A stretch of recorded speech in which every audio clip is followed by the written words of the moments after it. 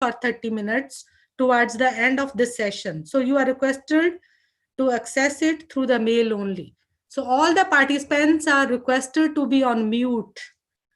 And please switch off your videos.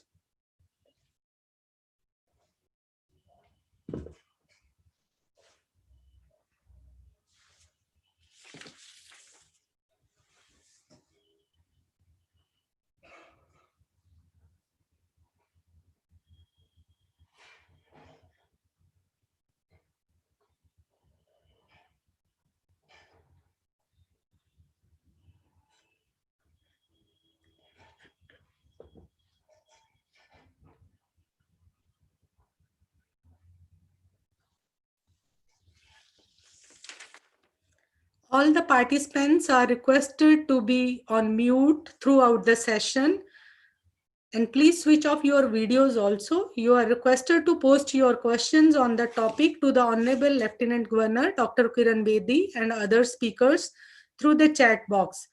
The moderator will ask questions from the chat box on your behalf. E-certificate will be issued only to the participants who fill the attendance cum feedback form via the link. Attendance cum feedback form will be activated for 30 minutes towards the end of the session. So you are requested to access it through your mail only. So all the participants are requested to be on mute throughout the session, and please do not switch off your videos also. So this is the request.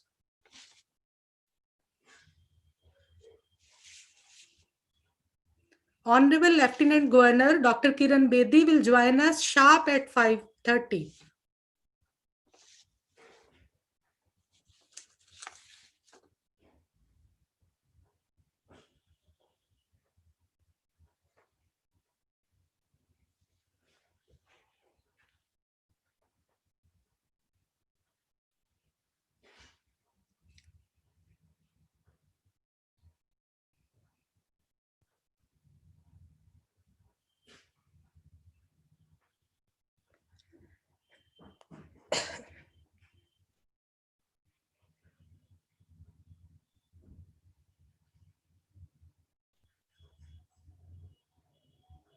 Sangeeta, please check Principal Ma'am has joined.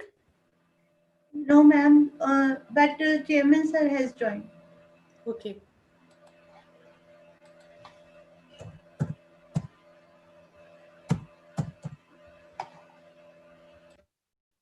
Yes, ma'am has also joined. Okay. Good evening, ma'am.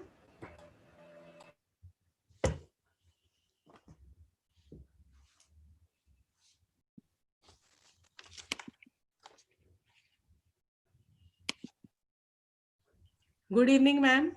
Good evening. Can you hear me? Yes, ma'am. Okay.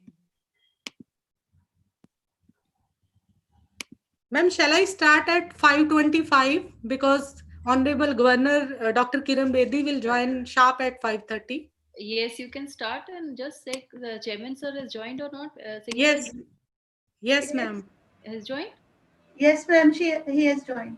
Oh, good evening, sir. I think is. Good evening, sir. You can start up.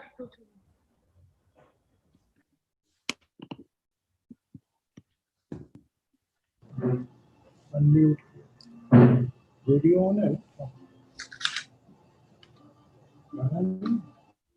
क्या बोला क्या है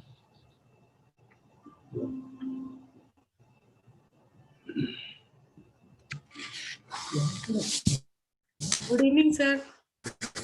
Welcome, sir.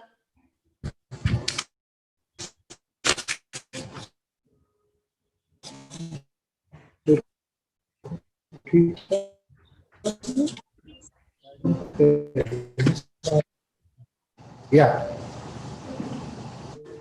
Maharashtra.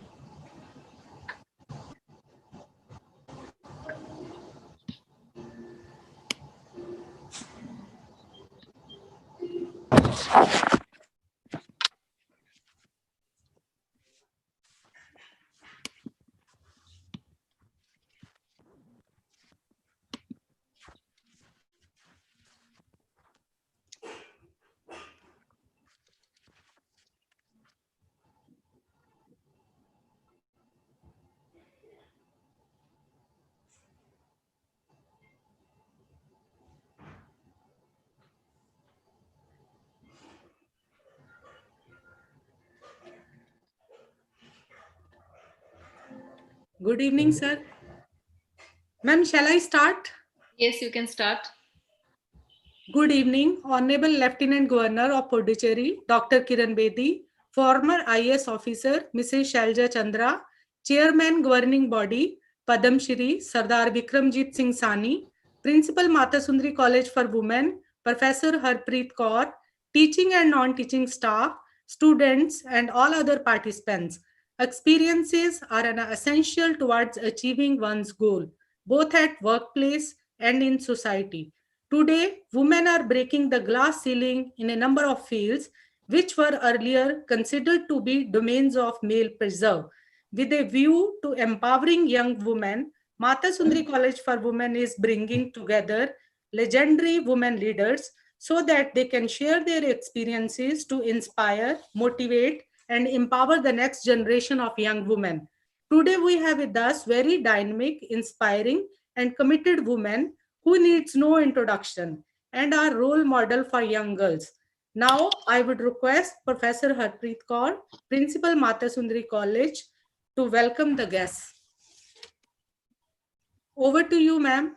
Yes, ma'am has joined, or should I start right now? Yes, ma'am, you can start. Ma'am will join at 5:30. I think then I'll speak that time only. Meanwhile, I really want to accord a very, very warm welcome to Sardar Vikramjit Singh Sani, Chairman Governing Body. And I'm very thankful to him that he has spared his time and he is joining us on this event. Thank you very much, sir. And I want to tell the audience a little bit about his work also. He's a great philanthropist and he has done so many things in the field of, especially for the women also. And so many projects have been taken up by Sun Foundation, led by Sardar Vikramjit Singh Sani. And he is there into women empowerment truly, and truly an iconic figure for us. And we are blessed that he is our chairman and he is guiding us at various junctures. And due to his leadership, I think the college is rising, and we are very thankful that he has spared his time out of his busy schedule. And this program, oh, as you all know, is specially about women, and women in different fields. And as you know that there as Sarabjit has also pointed out, that earlier there were certain things specifically for women, that these are the things just meant for women. And I remember there was a circular once by the government that there are certain professions like teaching, nursing, and all these are for women. But that was actually criticized quite a lot, and this was in the 80s, and it was not very long back. So now we have women in various fields. We are seeing that they are pilots also, they have gone to space also. All those previous male domain have been broken by the women, and by their example they are leading by their own example. I think this is exemplary. And I have the whole generation in front of me, my students, who are and we have called all these women today who have been so dynamic, because precisely that you get an example in front of you. You just feel that how they have grown. It's not that they have not faced any problems. They had to face quite many problems for quite many times, but at the same time, but they could make a mark. So you also can come forward. And that is why I want the students should learn from this life stories of these legendary figures, and then they can rise, I think. And this event, I believe, is an connecting between the present leadership and the upcoming, the future leaders. And so the future leaders should have very many takeaways from this event. And we all know that Dr. Kiran Bedi is going to join us very shortly. We also have Mrs. Shalra Chandra. Now she's also, former Chief Secretary of Delhi, and she has again she has done quite well, and she has risen so high, and her contribution at first IAS officer that way. So we have both the first IAS officer and first IPS also. So this really I think this webinar or this workshop, as we have called it, is actually, great in the sense, it is iconic in the sense because we are having iconic figures in it. And so I welcome you all on this event. And we are really looking forward that Dr. Kiran Bedi joins us. And of course, we are going to learn quite a lot. Because all through we have been reading about her, and many examples we have got from her background, and I think they are really very, very appreciable. And my generation, as I believe that I think Dr. Kiran Bedi has joined. Yes, ma'am. Yeah. So, once again, good evening. And it is my honor and privilege to welcome you all the distinguished guests, colleagues, and my dear students on this 3-day international workshop. Honorable Lieutenant Governor of Puducherry, Dr. Kiran Bedi, has joined us. And also we have Chairman Governing Body, Sardar Vikramjit Singh Sahani Padam Shri with us. Mata Sundari College faculty is there, students and participants. I welcome you all on this workshop. Now, this workshop is basically for the women achievers who creating history, nourishing present, and building the future. And so, as I said, that we want to groom the upcoming leadership with the life examples of those women leaders who have led all through. And I'm really overwhelmed that Dr. Kiran Bedi has spared her valuable, very, very valuable time, and she has joined us, and she is going to guide our students. And we are really looking forward to this event. Thank you very much, ma'am, for joining us. Honorable Lieutenant Governor of Pondicherry, Dr. Kiran Bedi, is really a dynamic figure. I don't know how many of my generation really did not want to become like her, because we used to read so much about her in the newspapers and in the TV. We used to see so much that we all aspire to become like her. At least I can say for myself that really I look forward to her, and as a dynamic figure. Now, she started as a brief stint at Khalsa College for Women, Amritsar, and she is the first woman to be IPS, and only one in the batch of 80 at Mussoorie. And she's first woman also to lead all male contingent of the Delhi Police at Republic Day Parade in 1975. And she was also first representative at the UN Police. Now, these are all her landmark things which she has broken, and she has broken the glass ceiling, as Sarabjit has pointed out. Now, as DCP traffic, she controlled the traffic snarls, all this, and she was nicknamed as Crane Bedi, and that really inspired people like me. That that how you can be so strict and just for maintaining law and order. So that really inspired to the core of my heart. Her humanist streak is visible in so many of her events, like reforms at the Tihar jail.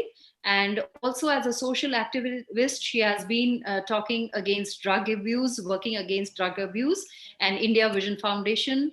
So many qualities of her I really cannot describe. She is an author, tennis champion, recipient of prestigious awards. And recently in 2011, I think we cannot forget her role in anti-corruption people's movement, which we can call as people's movement. And she was one of the face and the leaders there also. Truly a dynamic personality and truly inspiration. We are honored and humbled to have you, ma'am. I would be really failing in my duty if I don't mention Sardar Vikramjit Singh Sahani Padam Shri. His philanthropic undertakings are known not only in India but also in the world.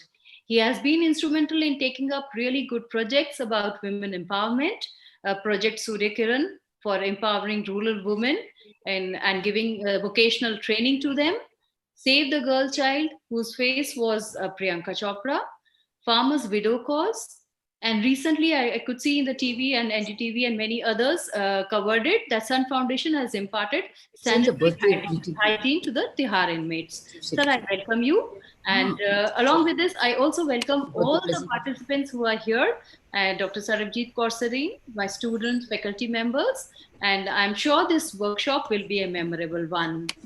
Thank you. Thank you so much, ma'am. Now I would request Chairman Governing Body, Mata Sundari College, Padam Shri, Sardar Vikramjit Singh Sahni to give welcome address to Honorable Lieutenant Governor Dr. Kiran Bedi. Please, sir, over to you. Honorable Lieutenant Governor of Puducherry, Dr. Kiran Bedi ji, it's indeed an honor and privilege to welcome your good self today on behalf of Mata Sundari College for Women, Delhi University, to the multidisciplinary workshop with theme Women Achievers Creating the History, Nourishing the Present, and Building the Future. Dr. Bedi, we could not have thought a better personality than your good self to inaugurate this work. That's good.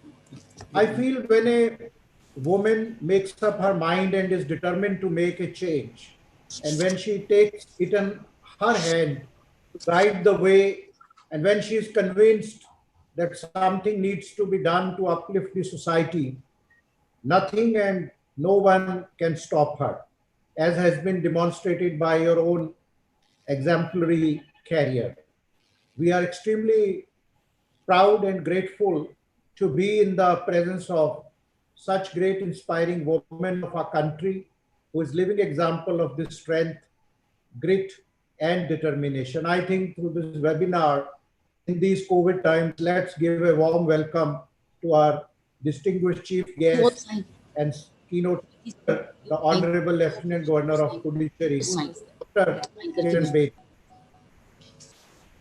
Thank you so much. As our principal, Dr. Mrs. Harpreet Kaur was mentioning, Dr. Kiran Bedi is a retired first IPS officer, social activist, former tennis player, who is the current Lieutenant Governor of Puducherry. During her service, she has launched numerous campaigns against drug abuse, which evolved into Navjyoti Delhi Police Foundation. She's also introduced several reforms at the Hard Jail, which gained worldwide acclaim. Honorable Dr. Bedi became the first Indian and first woman to be appointed as head of United Nations Police and Police Advisors in United Nations Department of Peace Operations. Her work has been recognized and applauded by individuals and organizations all across the globe, and she was awarded the United Nations Medal in 1994, and all of us know the prestigious Ramon Magsaysay Award in 2004.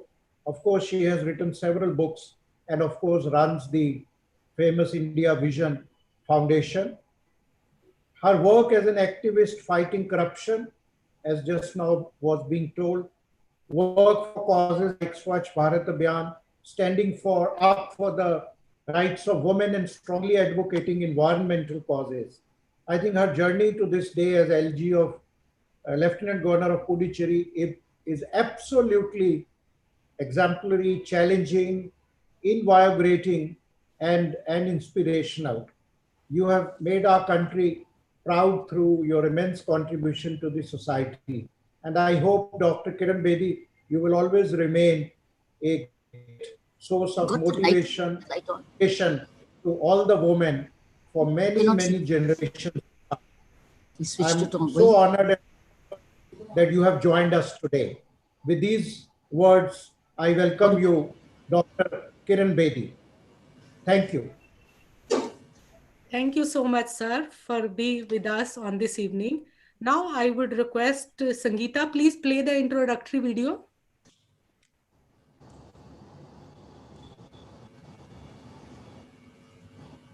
Sangeeta, please play the introductory video. Sure, ma'am. Just give me 1 minute.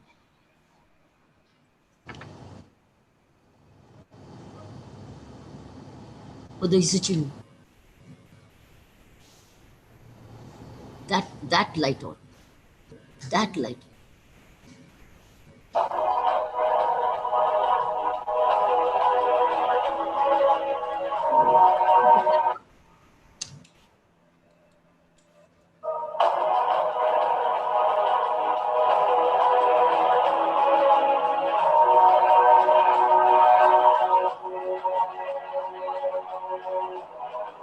And tell money to come.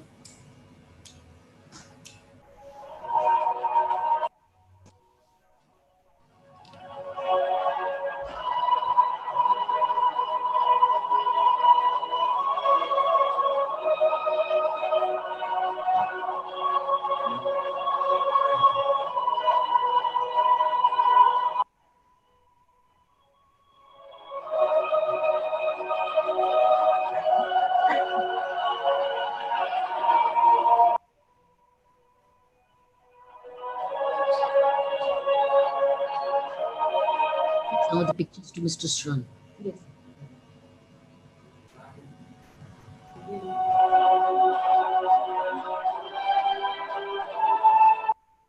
Shran sir is so associated and very close to ma'am. In fact, उनको poster design everything. Excellent. I'm so glad you did. So I said घर का function है, madam ने बोला है. First of all, to jump the list of 150 invites, when ma'am jumps that, I know it is special. That's what I told her.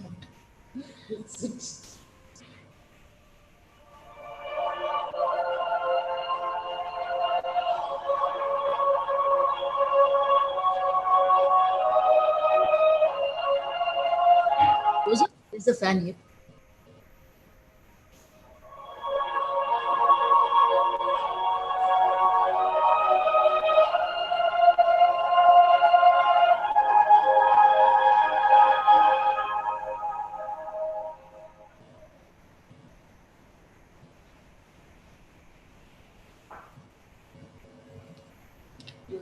Thank you, Sangeeta, for playing the video. Now I would request Honorable Lieutenant Governor of Puducherry, Dr. Kiran Bedi, to share her views and experiences on good practices in government, reaching out to the masses. Over to you, ma'am. Very good to see you, Sarabjit. Very good to see you virtually. Thank you so much, ma'am. Same here. Harminder and I work together.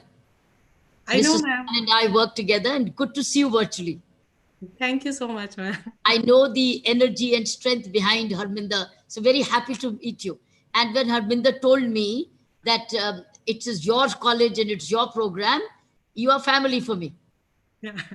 Thank you so much, ma'am. Thank you so much, Dr. Harpreet Kaur, the principal of Mata Sundari College. Thank you so much. Thank you so much for this invitation, Padam Shri Vikramjit Sawhney Sir, the chairman of the governing board. Thank you so much for inviting me. I am quite aware of your college. Your college has been part of my beat. It was part of my beat, and I visited your college earlier as well while I was working with and stationed in Delhi. Thank you for the subject you've given me because it comes so naturally with me. You asked me to speak about good practices in government, reaching out to the masses. My answer to this, to all the listeners of the listeners of this webinar, who could be the prospective UPSC candidates, you never know, joining the government at any stage. My answer to these things are following. Number one, if you join the government service for the love of the service, for the meaning of the service, then nobody has to tell you to be accessible to the masses. Because you have joined, because you know there are masses behind it. There are people behind it who are looking forward to. It's like the police officer joining. He's joining for the masses. He or she is joining for the masses. And district collector who joined the Indian Administrative Service is joining for the masses. So it's like a principal of the college, the vice chancellor of a college is joining for the masses, because it is people behind these jobs. So I would say the first purpose you will join the masses if you first understand the purpose of your joining.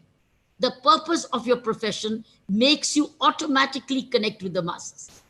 Unfortunately, what happens is we know a particular job is meant for the masses, but after joining, we forget that.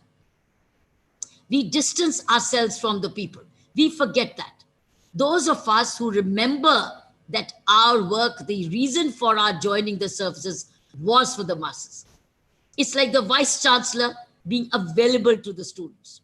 It's being a principal, you are available for the students. It's being your own lecturer or your head of the department you're available. Now you find your own ways of being available. Some are available on a fixed time, some available. Everybody has their own style of accessibility. So number one is the purpose. If you keep the purpose of your work in mind, you will continue to stay connected with the masses. This has been by habit. Thank you so much for being so generous in your introduction for me. All I would say is that when I joined the Indian Police Service, I knew it was for the masses. And therefore, whatever work I got, I made it a point to remain with the masses and stay with the masses. And if you remember, you talked about traffic times. Yes, if you remember, I used to have a microphone in my car, and I used to travel all over the city with the microphone, reminding people of the responsibilities in traffic, in observance of traffic laws. The cranes you're mentioning came because of this, and even the cranes had a microphone which was sending the messages to the people, reminding them to park their cars at the right place. So, number one is, when you understand the purpose of your work, you will stay with the mass. And if it is, like, for instance, if you get into an intelligence work, it is not for the masses. It is understanding and remaining invisible. But moment you join an open public service, whether it's teaching, whether it's enforcement, whether it's administration, then it is to be staying with the mass. But once you've understood the methodology, then you're trained also, but then you also create your own ways of accessibility. Like, for instance, invitations from yours is for me accessibility for the masses through a virtual interaction. So it is reaching out to the people through all possible means. And today's virtual connectivity is also joining with the masses on subjects which may inspire them. Secondly, is that you the good one. The good practices of reaching out to the masses is where you respect your own work, because the more you respect your work, the more you like your work, the more you will connect with the people. Otherwise, why have you joined? In fact, a government service, a collector or an SP without the masses, or a vice chancellor without the students, or an HOD without the students, is no job. Is in fact, it loses its own meaning. In fact, the more you respect your own work, the more as a good you will adopt good practices to join the masses. Similarly, how sensitive you are. If you remain sensitive, you will continue to reach out to the masses. So it's how much you respect your work, how much you understand the purpose of your work, how much concern you have for the people, how sensitive, as I said, how much you value your own self and your own work, and how much joy you get out of this. The more you draw joy out of your own work and join them, you will continue to join the masses. I will now, in few minutes, explain to you how in Puducherry we do, and then I will come back to your question and answers, because I want to answer the students who may be listening to us. And I'm sure you have a few questions with you. It would be the things which we have done in Rajnivas of joining the masses. Normally, governors' houses are very far away from the people. One of the first things we did was we opened the gate of Rajnivas to allowing the children to come, visitors to come, um, women to come. And the open house system, Monday, Tuesday, Wednesday, from 5 till 7, anybody can come and meet the governor and her team. So they meet the team and they have a grievance. Every weekend, we had a Thursday cinema in our lawns where children had a Tamil cinema show. So in the lawns, we had the daris, and the children would come and see a movie. So children connected. So we were connected with the masses. What we would do was ask the children, see the film, and discuss it and take home a message. We invited the teachers, we invited the parents, come and see. It was connecting with the masses. So cinema, through opening up of the gate to the masses, that's how the Lieutenant Governor Office and the Rajnivas connected with the masses. Why? Because that was our purpose. Our purpose is not to make it into a killer, as something which has an over, it's very scared of people away. No, in fact, we removed even the barricades from the door. हमारे सड़क पे वहां उन्होंने barricade लगाए हुए थे. We removed all the barricades. We said, let people cross, let people pass by Rajnivas, let them see Rajnivas, what it looks like, because this is a people's office. It's a people's Nivas. So inviting them, then open house, as I explained to you. Then we use technology also to connect with the masses, which is a very good practice. The WhatsApp messages, we formed groups. We have groups of police officers. We have groups of market associations. We have groups of volunteers. We have groups of teachers. We have groups of all kinds of, all officers. We have groups. All groups are into WhatsApp messages, and WhatsApp groups, and we stay connected. So we have a secretaries group, we have teachers group, we have volunteers group, we have students group, we have all kinds of groups, so we can send out messages. We use technology in a very big way, and people of Puducherry are also connected. So anybody has a grievance can send us a message on WhatsApp group, and we immediately take care of this. So we use technology also. Then we also go out. We go out of the Rajnivas. Till COVID came, before COVID, we were every weekend out or into field visits. Every day, Rajnivas would go out because of the complaints which came or a grievance which came through the control room. We would go out and stretch ourselves. So we would connect with the masses on the ground. Supposing somebody came with a complaint, then madam, particular pond or any issue, this is an encroached or this issue, any complaint coming in of land or water or sanitation or anything came, we, if we thought it needed to be seen, we went out to see and visited it. We connected with the masses of the ground. So rather than waiting for rural people to come, we would go into the rural areas to see. So connectivity through opening up of the system and opening up by technology and encouraging people to come. We had the visitor hour at every day, 12 to 1. Raj Nivas, before COVID, had a visitor hour.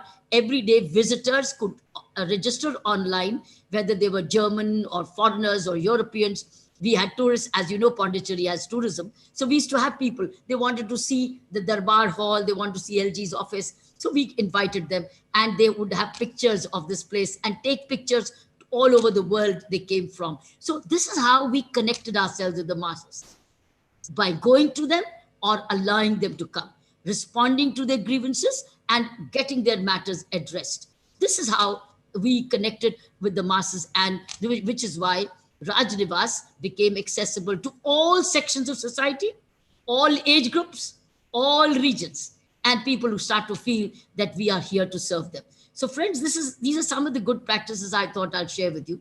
Same thing I did even before I came to Rajnivas, as I explained to you with the policing, or when I did a prison assignment as Inspector General Prison, where I would go into the prison every day, walk into the prison and meet the prisoners, to listen to them, to see whether they're in healthy conditions, whether they are clean, whether they are being educated, whether they are getting all the facilities which we had planned for them, whether it was education or skills development.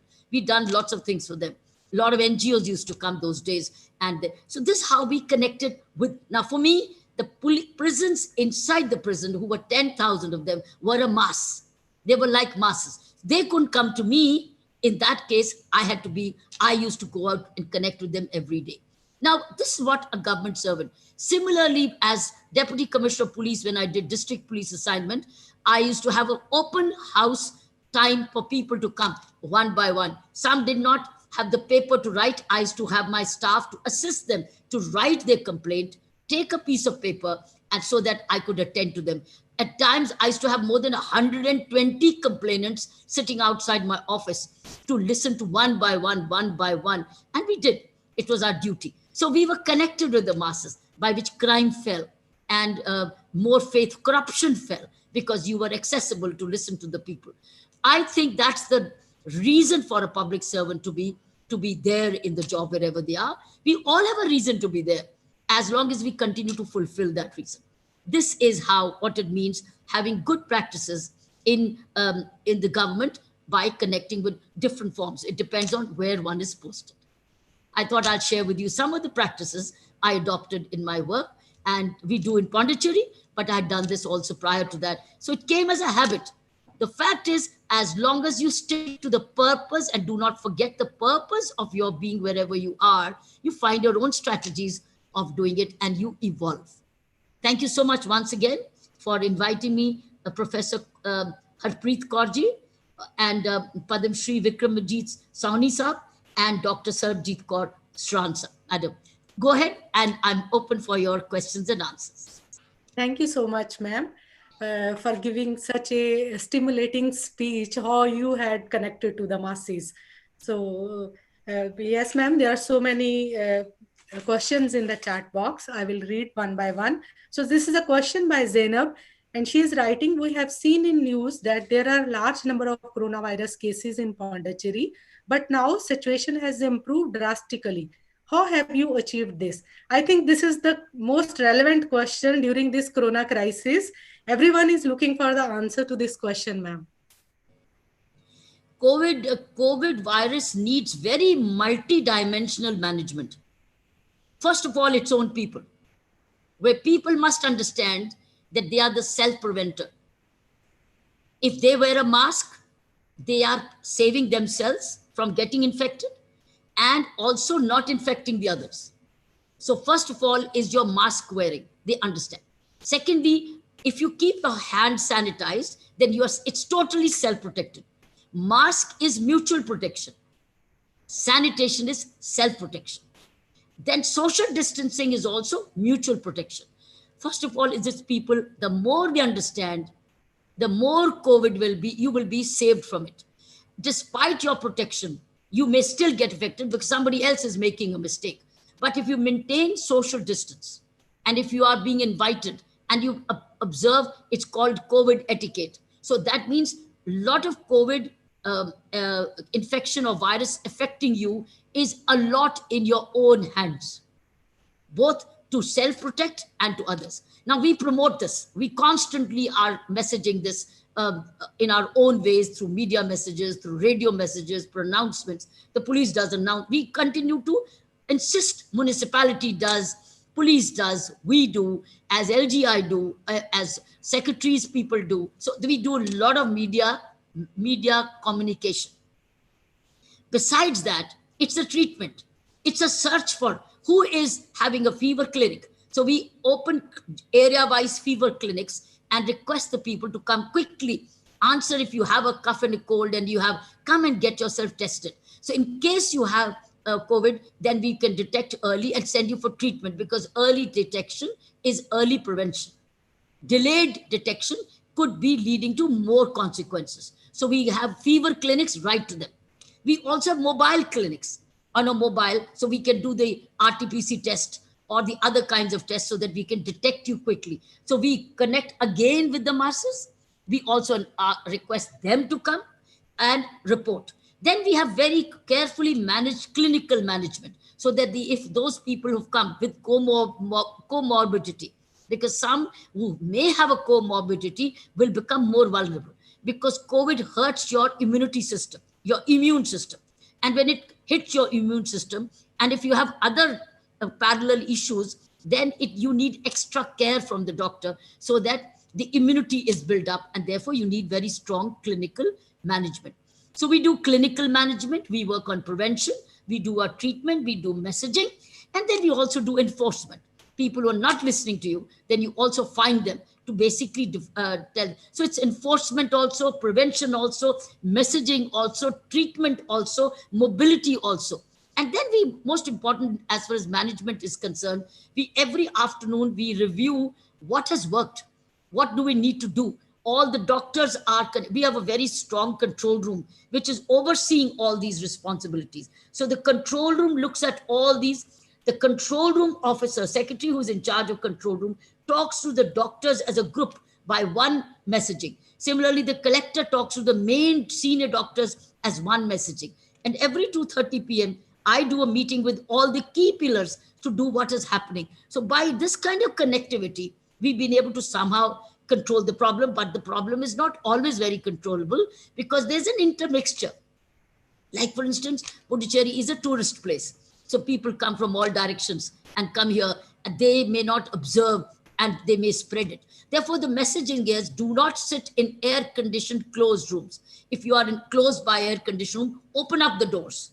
Let fresh air come around so that you do not breathe each other, suffocation. So as much prevention as possible must be adhered to. So, but prevention lies a lot. When you go home and immediately keep your shoes outside the house and have a wash and a bath, wear fresh clothes, wash your hands, etc., and then connect with your family members. So these are the precautions so that you don't take the disease to the home. But we also have taken a lot of expert help of the ICMR. The Indian Council of Medical Research help has come in very handy, and it has helped us in Pondicherry in a big way. So we took expert help also, and we apply our own mind also, and we try and do a coordinated, collaborated work. The private medical colleges also have pitched in the students and the doctors to do these kinds of clinics. So you mobilize resources as much as can. Thank you so much, ma'am, for explaining. I think all will benefit from your talk. Another question is by Navya Mahajan. She's saying, what are the major administrative changes you have made in Puducherry to bring more accountability and transparency? Most of all is the open house, where, as I explained to you before I spoke to you, Sarabjit, as Yes. that when open house is accountability, anybody can come and complain against if they have a genuine grievance. Today we are having virtual open houses. Earlier it was in person.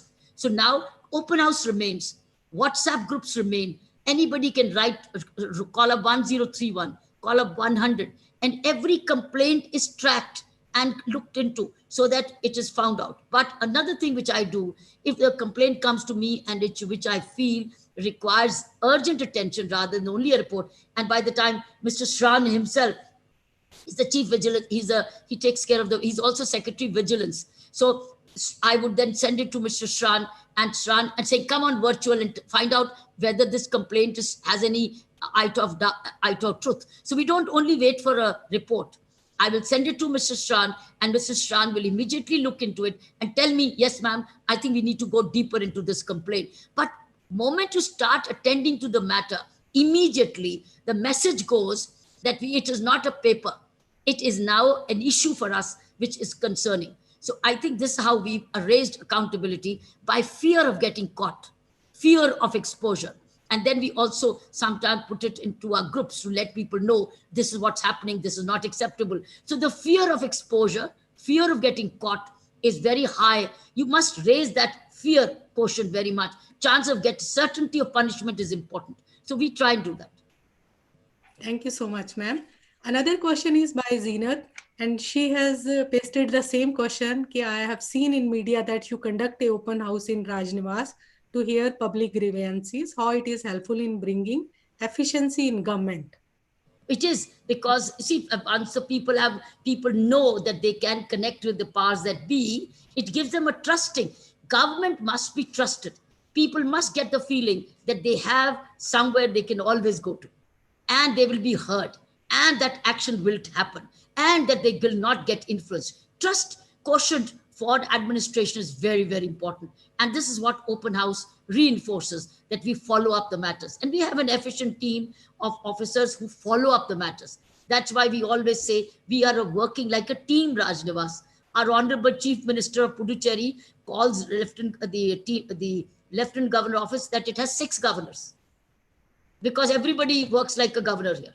Whether it's Asha Gupta, who's helped you put this team around, or my OSD Niti Das, or my PS Mr. Sridhar, or my Chief Grievances Officer Bhaskar, everybody's like a Lieutenant Governor here. Means because they're all empowered.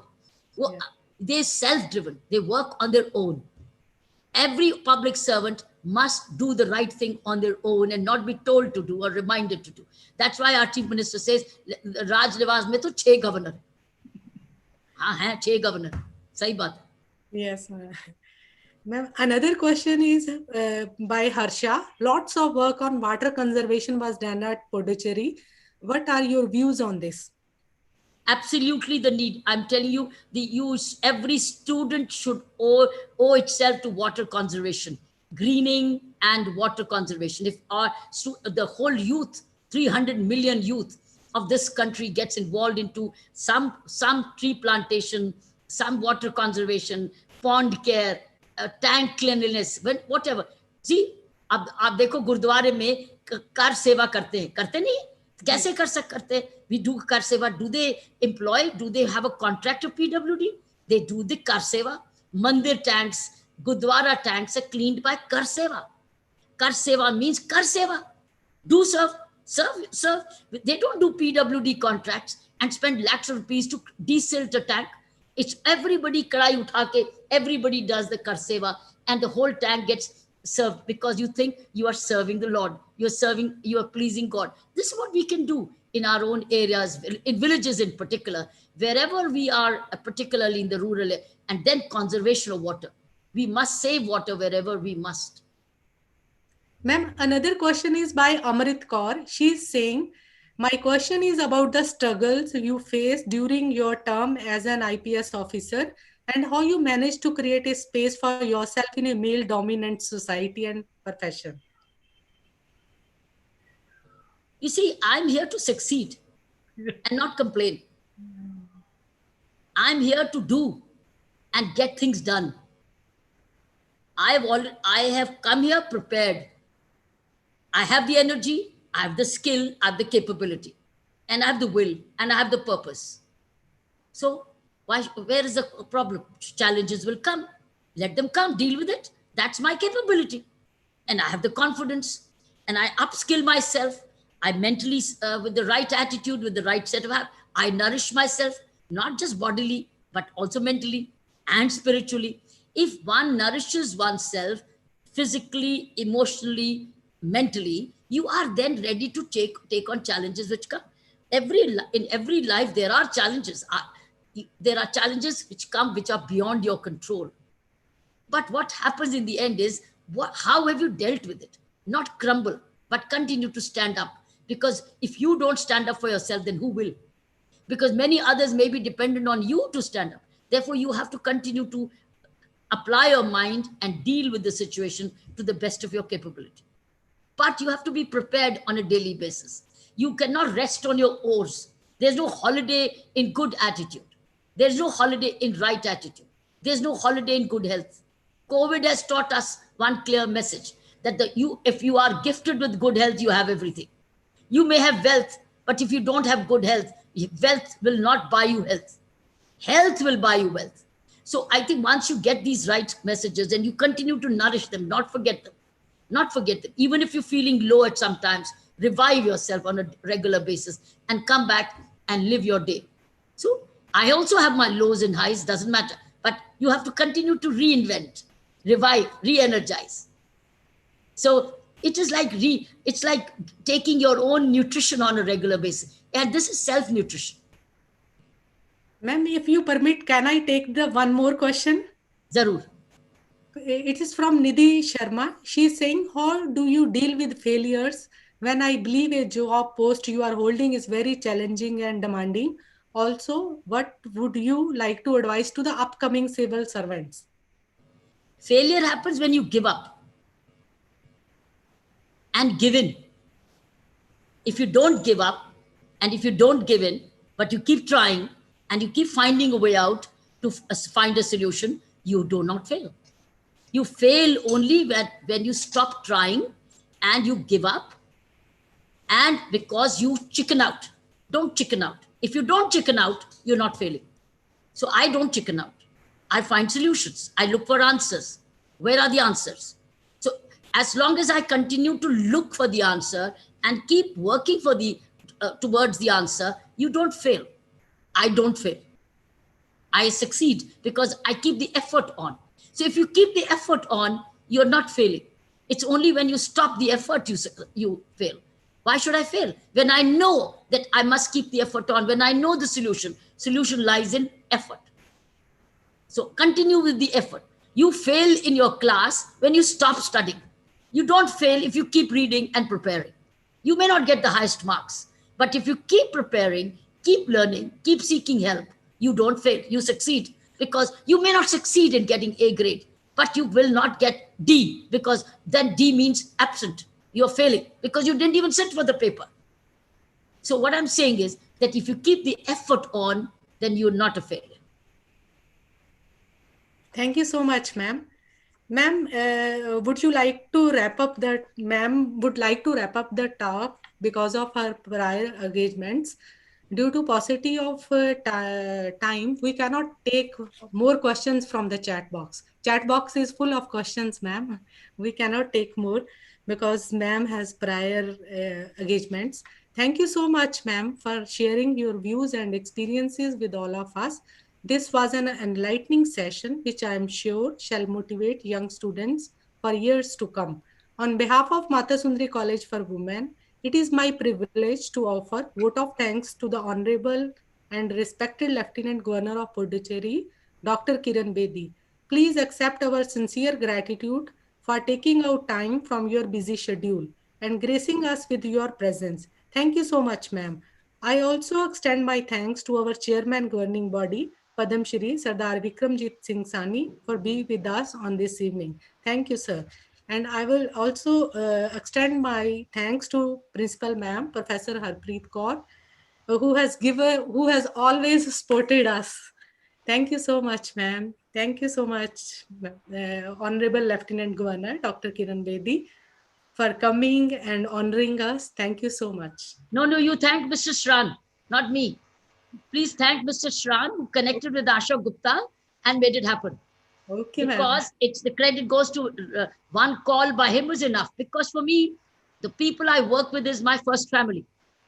And therefore, moment Shran connected with Mata Sundari College and told me, you working there, I said, I have to be with you because I want to meet you.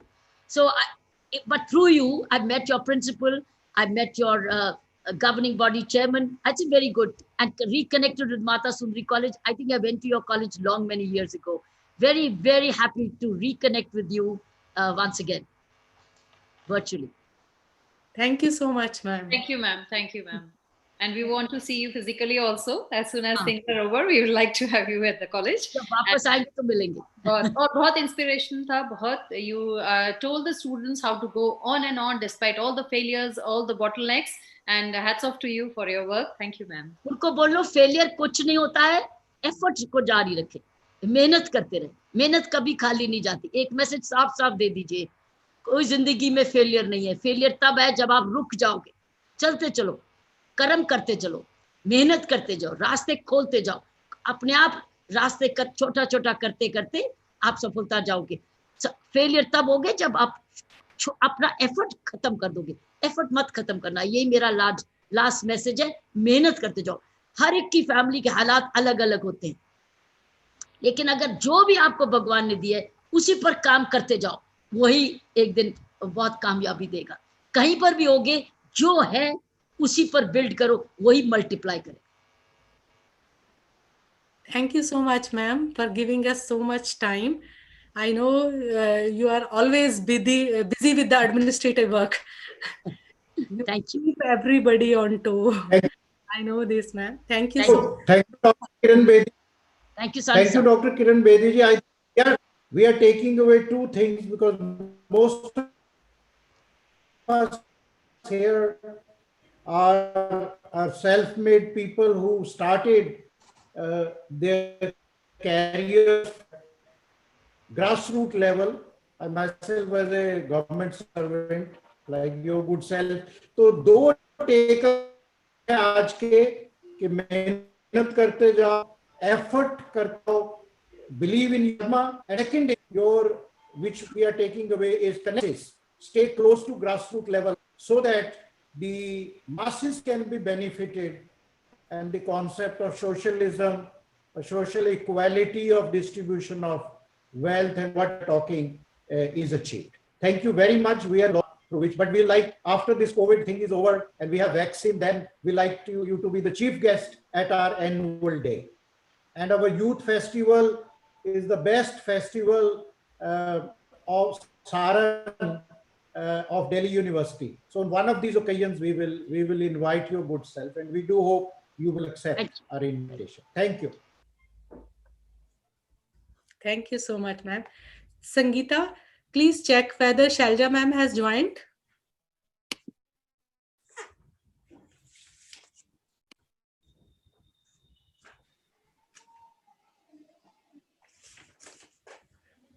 Ma'am, she has joined.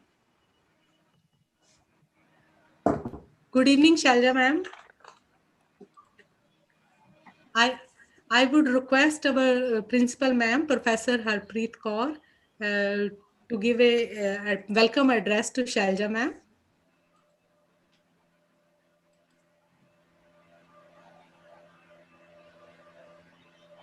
Ma'am, you are not audible, ma'am.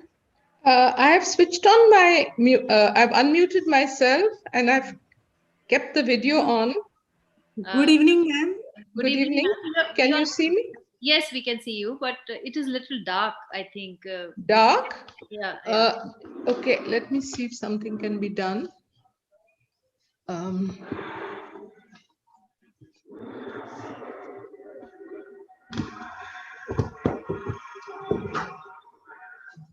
is this any better?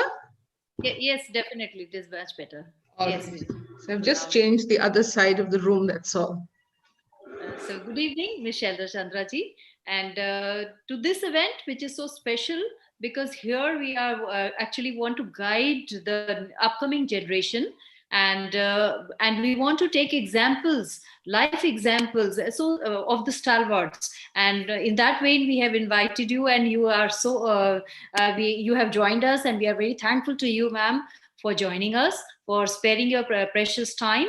And Ms. Shelda Chandra is 66 batch IAS officer, and she retired as Chief Secretary of Delhi and former Secretary in Ministry of Health and Family Welfare. She is also recipient of many awards, the UN FPA Ladli Award for her opinion on women empowerment. Your commitment to the task is really laudable, and many people have learned so much from you, because today we need to empower the younger generation because we want to show them a correct path. I think your life example, being the first IAS officer, because all those IAS aspirants, I think we have so many IAS experience as our students also, and they will learn so much from your example. And so once again, on behalf of governing body, chairman Sudha Vikramjit Singh Sahani, and myself and my entire staff, we really welcome you and thank that you have spared the valuable time. Thank you very much. Thank you, ma'am. Shalja Chandra ma'am has a career civil servant for almost 40 years, having held assignments in the Ministries of Defense, Power and Health. At the state level, Ms. Chandra was posted in Manipur, Goa, Delhi, Andaman and Nicobar Islands. Mrs. Chandra has spent over 12 years at state level as Health Secretary in Delhi and Manipur. Later in the Health Ministry, dealing with National Disease Control Program, medical education, hospital, and health system management. She later distinguished herself as Delhi's only first woman chief secretary when Delhi government received award for introducing CNG in public transport and the UN Prize for Good Governance. In 2006, she was appointed as the first executive director of the National Population Stabilization Fund, Government of India. Since 2018, she has been functioning as a member of two-person committee set up by the National Green Tribunal on the regeneration of the Yamuna and abatement of pollution in the river. She is currently president of Translational Health Science and Technology. She is an independent director of 3 company boards and also chairman of the governing body of Chetna and Apex NGO working in nutrition and reproductive health. Ms. Chandra has published several reports and policy papers related to governance, population, education, medical pluralism, and gender issues. She is the chairman of the review committee set up by the government of NCT of Delhi on the Delhi School Education Act and rules. Now I would request our respected and honorable Mrs. Shalja Chandra, former IAS officer and first woman chief secretary of Delhi government, to express her views on the topic challenges before administrator. Over to you, ma'am. Namaskar, good evening. It's wonderful to be on this virtual platform, to be able to address the faculty and students of Mata Sundari College.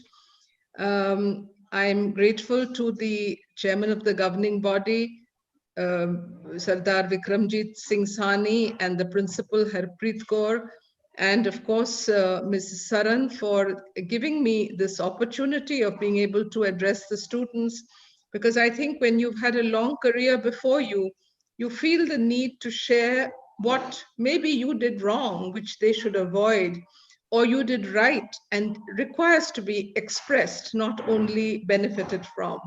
So with those few words, I wanted to put my little talk with all of you in two, you might say 2 or 3 parts. The first would really be, if you're talking about administrators, women administrators, it naturally talks about the civil services.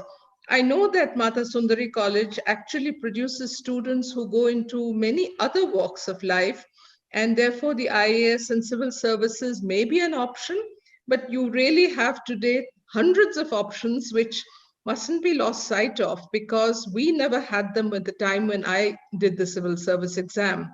Because in whatever walk of life, you are an administrator from the day you join a career. A career is different from a job, and therefore it's necessary to have a vision of which is long term, not merely attending to office, going home, taking a salary and having colleagues and enjoying office life.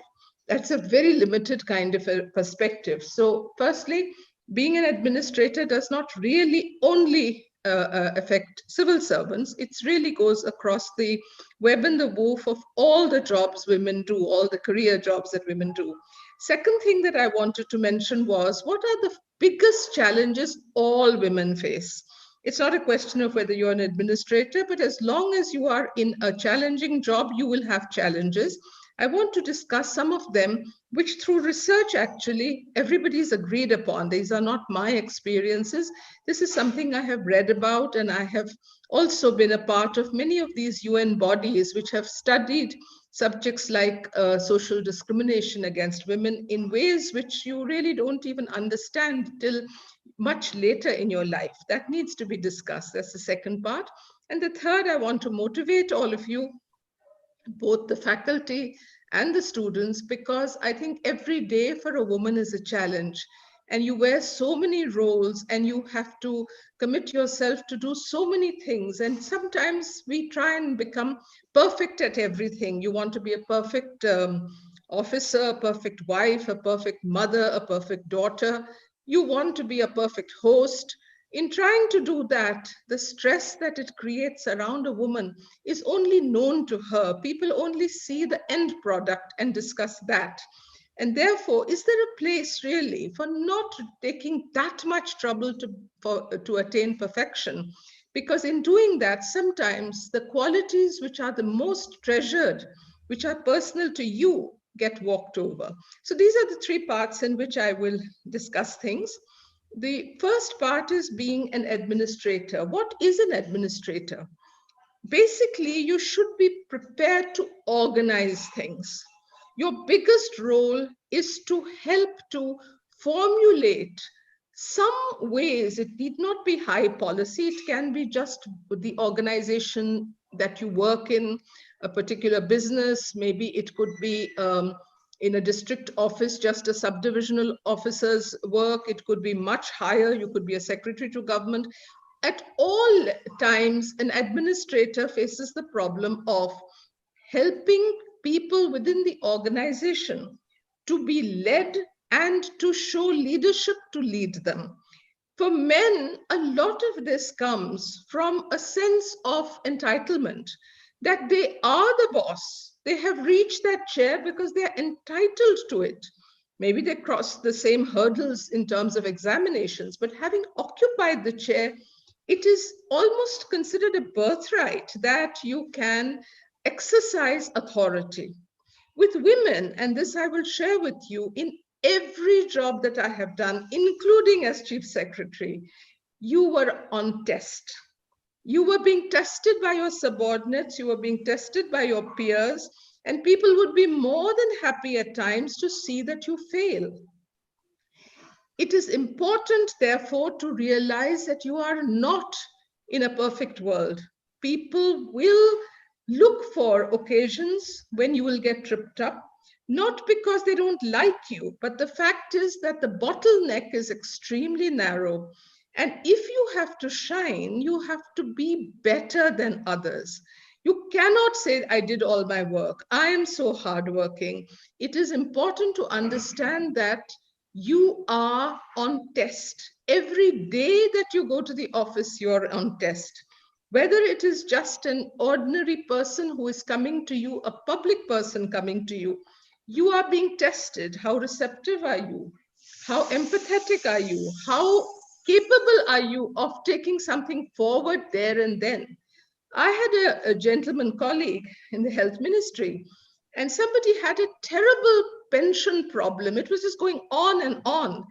And my mother told me, you should speak to so-and-so, your colleague, because this case is going on and he deals with it and maybe he can look into it and do something.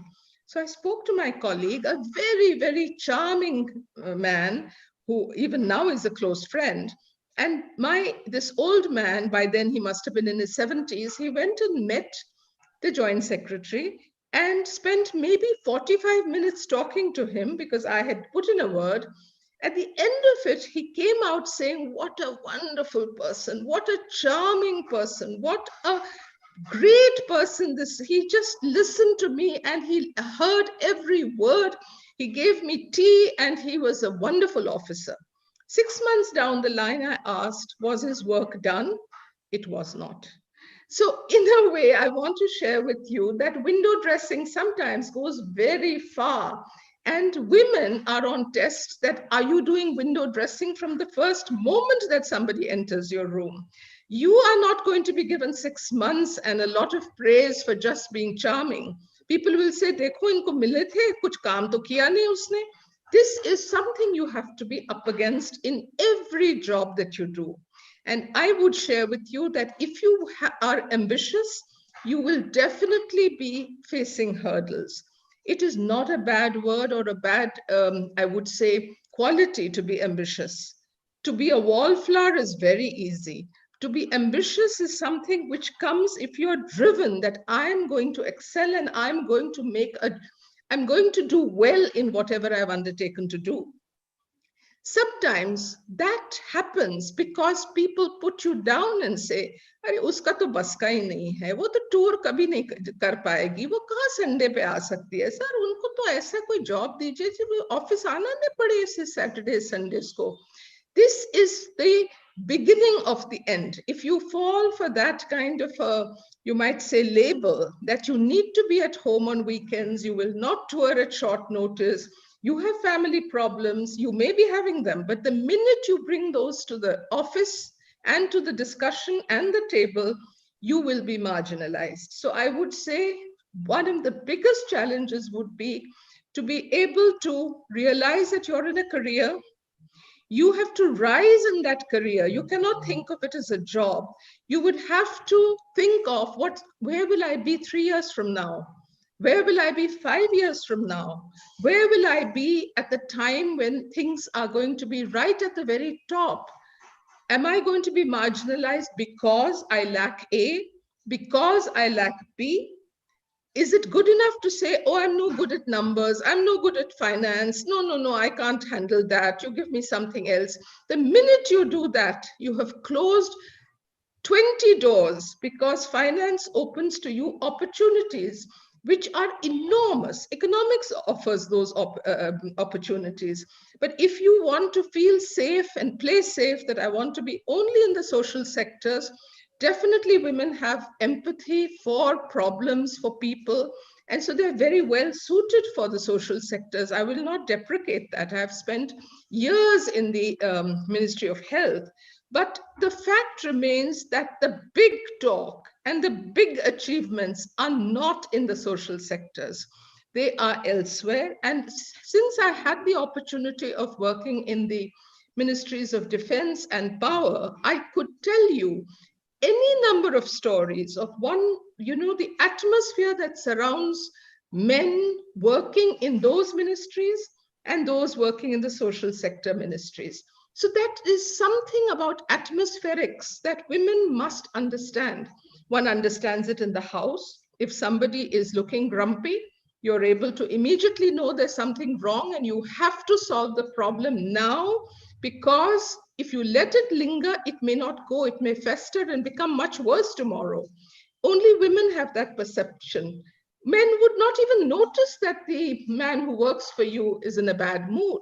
If you don't tackle that bad mood, and it's got nothing to do with your house, but you help him to solve the problem, you will be able to run your house better. It's the same in the office. And therefore, I would urge, in talking about part one, be very careful about how you plan your career, how you aspire for what you are good at doing. Remember, we are not all talented exactly the same way. Some of us are great public speakers. Some of us are able to empathize with people. Some of us write extremely well. Some of us are great managers of other people in an organization. You must know your skills. You must get your friends, your family, and other well-wishers to tell you what is wrong with me and what is right with me. Be patient enough to understand that, okay, if you are an irritable person by nature, you may not be able to change those qualities, but you may have much better qualities others don't have. Make those shine. So you must select your career, your path, and your personality that you want to project to the outside world, because the outside world is judging you all the time. The second part that I want to dwell on is this whole business of being able to multitask. We all know women are great multitaskers. Which of us hasn't been able to? I mean, you would have, the students would have watched their mothers, would have watched their grandmothers. Everybody has to manage a house. You can't run away from that. Everybody has to manage examinations. You have to manage family relations. You have to manage people coming to your house. You have to manage 100 things that go on in the day-to-day life, which become a woman's issue, and very rarely will you find a man contributing. They will be very critical about what happens. This hasn't been done properly, or why don't you tell the servant to do this or that? They won't do it themselves. So you see, you will have to shoulder those responsibilities, but they go hand in hand with your office. If you want to shine, my recipe is twofold. It's a very simple recipe, and not everyone can do it. And therefore, I know that you have to understand its importance. It's worth its weight in gold. Number one, be very, very clear from the time you take on a career. I don't mean a job, I'm talking about a career.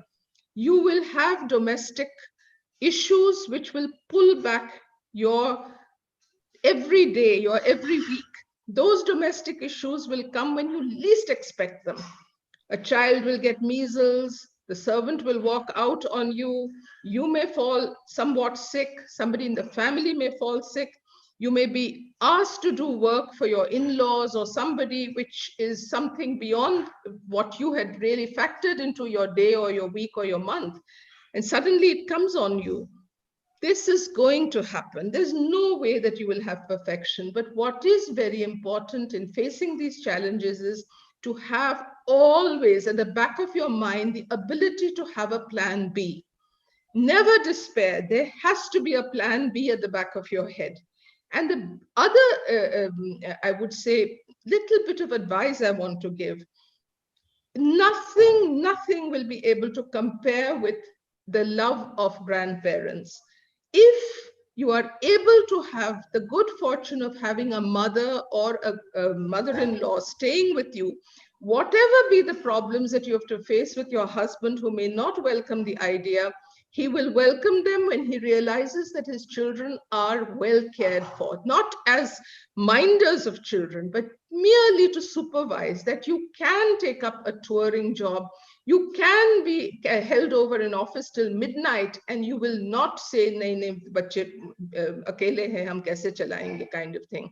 These two things will make you shine where others will fall by the wayside. I had another IAS officer as a colleague when I joined service. We used to drive in the same car to office in the Delhi government. We were never given staff cars then, so you just drove. And all the way there and back I never was with her. I used to come back on my own because she wanted to leave by about 6 o'clock. There was no way that I could leave at 6 o'clock. So I realized that she used to come to my room within half an hour of entering her own office, and she'd say, order some tea, pick up my phone and have a long conversation in my room about kal kya khana bana tha with her mother-in-law, just general banter during office hours. And she used to say to me, why do you work so hard? You're not going to become cabinet secretary. What is the need for you to work so hard? Just do your job and go home. And I remember thinking to myself, how can she in the Indian administrative service talk like this? But there are many of us, it's not deprecating IAS officers. Many women think that I'm taking home a salary and that's good enough. It is the day you decide that it's not the salary, it is the content of the job. It is also what I bring to the table, the way I made a difference. If that matters to you, it'll be intoxicating. And the minute it is intoxicating, you will look for opportunities. You won't look on it as work. If you're not given a certain assignment, you'll feel bad. I was good. Why was I overlooked for that assignment? You won't say, "Arey, aur bahut kaam hai, wo kyun hum kare?" I know officers, women officers who say, I don't want a challenging job. I want a job where I can go home and be with the children and look forward to my vacations. So to give you an example, there was Shobana Narayan. You have heard of her. She's a top civil servant. She was a wonderful dancer, still is, runs a dancing institute, is married to a foreigner and who was ambassador to India. And so she was really doubling up as a diplomat's wife. She was also a full-fledged officer in the account service of Government of India. Plus, she was a dancer of very high acclaim, not just ordinary. Now, how did she manage to do these three things? I said, Shobna, I wrote on her because I wrote a few articles on some special people who I thought deserved to be written about. I found that it's impossible. How did you do these three completely different jobs and get and excel at them all? So she said one secret: I never discussed this job with the people concerning the other job. The accounts people had nothing to do with my dancing career. And the dancing people had nothing to do with my career as a diplomat's wife. And I never, she says, I carried my entire wardrobe meaning my dress for the evening rehearsals, ghungaroos, everything in the dicky of the car. I left the office and I drove to Copernicus Marg, to whatever that Sri Ram Center, and we used to have our performances there. I used to drive home after that and nobody knew anything about it. So I would say that this is a tremendous example of someone who shone in three different ways. She wasn't just an administrator. And yet, if you hear of Shobana Narayanan, it'll always be only as a dancer. She put that number one, the diplomat's wife number two, and she did a bit in accounts, and she said, I chose a career which meant I did not have to go to office on Saturdays and Sundays, and I never went to office on Saturdays and Sundays. So if that be your chosen path, no harm, but definitely there is a case for deciding what your priorities are very early, and those have to be decided by you through mentorship, by your senior faculty members, maybe by your principal, maybe by your parents. But you must have a heart-to-heart talk and decide, where do I want to be? Finally, I want to share with you something from my own, I would say, background. Quite frankly, I was extremely fortunate. I think it was just God's grace. I was probably destined to be in the IAS, but did not deserve to be. Quite frankly, I was an urban creature. I had been to an elite boarding school where they taught you how to eat, your bananas with a fork and your mangoes with a spoon, how to talk, how to sit properly, how to conduct yourself, how to make conversation. They never taught you physics. They never taught you chemistry, but they taught you public speaking. Now, from this background, I was just 19 years old, and I'd gone to Missouri, to the Indian, to the academy where you have the training of the IAS and other services in the academy there, the Lal Bahadur Shastri Academy of Administration. And my brother was in the Foreign Service, and he just said to me, you should do something which has national importance. What are you spending your time doing these small things all the time? do something that matters to the country. And when he said that, I said, like what? So he said, do the IAS. And I said, the IAS, how boring. So he said, well, you're not capable of doing it, so it's all right. The minute he challenged me and said, you're not capable, something inside me hurt. I said, I will rise to this challenge. And quietly on my own, I studied. I never went to any study circle. I never told anyone I was studying for the IAS because, quite frankly, I was quite an extrovertish, quite giddy person who loved being on the stage, who loved acting, declamations, debates. I was not very interested in studies. So I said, now I have to, even without an MA, just a BA, I'm going to show these people. They can't, I mean, my brother can't just say you're incapable of doing it. So I swatted and swatted, and I had my own special techniques for passing examinations. So I tried those techniques, and lo and behold, I was in the IAS. But quite frankly, I had never taken interest in rural India, never taken interest in poverty issues, and spent maybe the first 2-3 years of my career being absolutely lackadaisical. I just thought it was so much fun. Till two things happened. I got a boss who was so mean, nasty, and exacting, and made such an example of me as being the only woman among 6 men. I felt so hurt that he used to treat me like that. But he did one thing. He made me realize that the slightest imperfection will be pulled up out of the hat if it's me. It would be glossed over if it is my colleagues. Number two, when he left and was transferred, another man took over. I'm not taking names because that won't be politically correct, but he took over, and there was a change of night to day. Here was a man who was so sweet, so humble. He stood up for everyone who entered his room. When I put up a draft, he never said, what a disgraceful piece of paper. He would simply say, it's a good effort. And immediately he would start putting his pen. He changed every word I wrote, but he made me feel that I was contributing. In some way, he made me feel part of it. That is when I think I changed my attitude to work and realized the good you can do in any job in the administrative service or any of the civil services, and the bad you can do by taking it lightly. It's an opportunity I would say, even today, with all the talk about the end of the world having come and things were so much better 20, 30, 40 years ago, I would still say that working in the government, if you want to work, gives you the opportunities of not reaching out to 10 or 20 people. You're reaching out to millions. If you make the right policies and you implement the right policies. Yes, you will have political problems, but this is not the time to discuss those. I want to end my talk. How much time do I have, Dr. Saran? Ma'am, 2-3 minutes. Okay, 2-3 minutes more. I'll just get on with it. I think quickly I want to tell you, women will always be held to higher standards.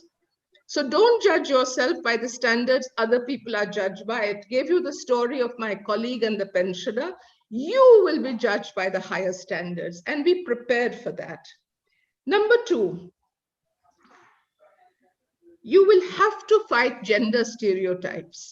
It is very comfortable to stereotype you. वो तो lady है ना, वो आ नहीं सकेंगी. वो तो lady है ना, वो tour नहीं कर सकेंगी.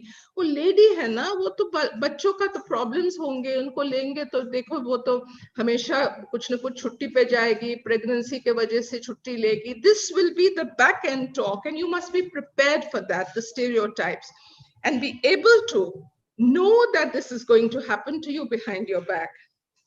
I think the third thing that's important is you must learn to play the game. Men have a tremendous ability to network, to build up a constituency, to push their idea. If a man wants to get something done, he'll get 10 people around him to be able to also vote in his favor. Vote means in an administrative context. I think that We don't do that as women. We must learn to do that. When I was in the health ministry, one of the doctors told me, Madam, you're such an excellent officer. You work so hard. But can I tell you something? You have no constituency. By now, you should have built a constituency. By that, he meant networks. And that is important. I do realize without networks, you have nothing. Whether you like being part of a group or you don't, you must make that effort because that's the only way you will be visible. The third is that you have to manage many roles, you have to be prepared for it. And whether you have your in-laws or you have good servants and you pay excessively to those good servants, you have to be having a plan B for every eventuality in your domestic life. It's going to happen. You must have support systems who you have to nurture. Maybe they're neighbors, maybe they're friends, maybe there's some other way of doing it, but that has to be something up your sleeve all the time. Finally, you must have the ability, if you want to face challenges, you must have the ability to take risks. If you're not prepared to take risks, you will never achieve anything. There's always a moment in your life when you have to say, should I not? Look at the pros and the cons and take the difficult path if that appeals to you more. It will pay you dividends, I assure you. You will not fall flat on your face, but you have to think it through and pursue it. These are the few words I wanted to share with you. I hope I've tried to motivate you a little. Whatever job you do, let it be in any walk of life, you are making a difference. Just make the difference in a way that shows. Thank you. Thank you so much, ma'am. You have shared your real experiences with the students. I hope all the students will benefit from your talk. Ma'am, can I ask one question from my side? Yes, of course. Yeah. As far as I remember, ma'am, when you were the Chief Secretary of Delhi government, Mrs. Sheila Dikshit was the Chief Minister. And all the officers were scared of enter to your room. And how you have handled so efficiently a large bureaucratic setup at that time. You know, I think it is, even today in the Yamuna Monitoring Committee, I do it. You have to be prepared for every meeting you attend. What do you want to take out of that meeting? Decide that in your head before the meeting starts. The minute you have decided that, and that is the road that you want to take to a goal or an objective, you will be able to tell officers to get off the subject. I want to talk about A. This is not relevant to A. We'll talk about B tomorrow. That is the only way that you can stay completely focused. And time management is extremely important. There's no question of being strict. But if you don't organize your life and you allow anyone and everyone to sort of, just because you want to be a nice man or a nice woman, you want to be liked, you want to be popular, it's wonderful to be liked and to be popular. I don't think that today, at the age I am, I don't think I can really count even 5 people who would be liking me because I was a very strict administrator, not in terms of time and punctuality and things like that. I was a strict administrator when it came to extracting from officers who made a promise that they would do it, and when they failed to do it and did not have an excuse for it, which was tenable, I used to take them to task, and they knew it. Now, I think that maybe you're not liked, but what is important is, will you be remembered for having contributed? If that is something that people remember you by, I think you should be happy. There's no need to always be a nice man like the Joint Secretary and the pensioner. He never did the work, but he was a nice man. Ma'am, one last question. Ma'am, you have a vast experience of working in the central government, and how the working in central government is different from working in Delhi government. It's hugely different, hugely. You see, in the government of India, you are formulating policy. You're helping to make policy on matters which are of national interest. And therefore, the canvas is much bigger. And the politics are much bigger, and the interdepartmental consultations. Anything you want to get done, it's not going to happen without consulting the key ministries who are also going to be affected one way or the other in asking law, asking finance, taking the minister's approval tentatively even before you move a file, because if it's not going to be politically blessed, it's never going to go forward. At the same time, to take initiative and show some resourcefulness, you have to be on your toes. You have to find, as I told you, some sort of a constituency which will help you to move forward, you know, whether it's your batchmates, whether it is people from your cadre, whether it is some people who worked with you earlier. You use these networks to move ahead in Government of India because it's a labyrinth. The state governments everywhere are completely different because the chief minister is be all and end all. In Delhi, it is somewhat different, but I've worked in Goa with several chief ministers, in Manipur also. And I know the chief minister's, he's virtually the king of that state. And therefore, to work there is much easier because once you know one man's priorities, whichever department you're in, education, health, civil supplies, agriculture, you know that this is what the CM wants, and CM normally wants something which is going to have some sort of a public appreciation. So since he is interested in that and you want that done, it's much easier. The state level work is much, much easier. There's no need to be writing long notes, no need to be arguing in a very cogent way on file. No need to be playing these games of going up and sideways and downwards, which you have to do. They're not games. They're all part of administration in the Government of India. Without that, these huge empires will not move. So you have to be a little ant moving inside those empires, which are the ministries of the Government of India. But certainly in the state governments, it's a feeling of immediate recognition and realization of what you set out to do. After all, Delhi did privatization of power. It did the CNG. It got the Bhagidari Award. It did the unit area method of house tax, which was extraordinary for those who knew what the house tax was, the mess it was in before that came, they would understand it. All these things happened because you could push buttons and the buttons would click and the work would get done. Of course, you had to work hard, you had to push those buttons hard, you had to use the chief minister's, you might say her personal power and name to get certain things done, definitely. But it's a feeling of the here and the now, which is very, very different from the long term in the Government of India. Nothing in Government of India happens overnight. In state governments, it happens within an hour. So it's a completely different kind of a ball game. Thank you so much, ma'am, for sharing inspiring and thought-provoking views and experiences. You have explained beautifully how a woman, which type of the issues and challenges a woman face during the administration. So I think this coming generation and coming students will benefit from your talk. And as you have explained, girls they should know their potentials and they should understand, and then they should do the skill development in that areas, and they should select their career very wisely. And I'm sure from your talk all the students, they will understand the pros and cons of everything, and how a woman can work efficiently in every field and touch the heights as you have done, ma'am. We are really proud of you. Thank you so much, ma'am. On behalf of Mata Sundari College for Women, I take this opportunity to propose vote of thanks to our resource person, the Honorable and respected Mrs. Shailja Chandra, former IAS officer. We are really enlightened with your knowledge and presence.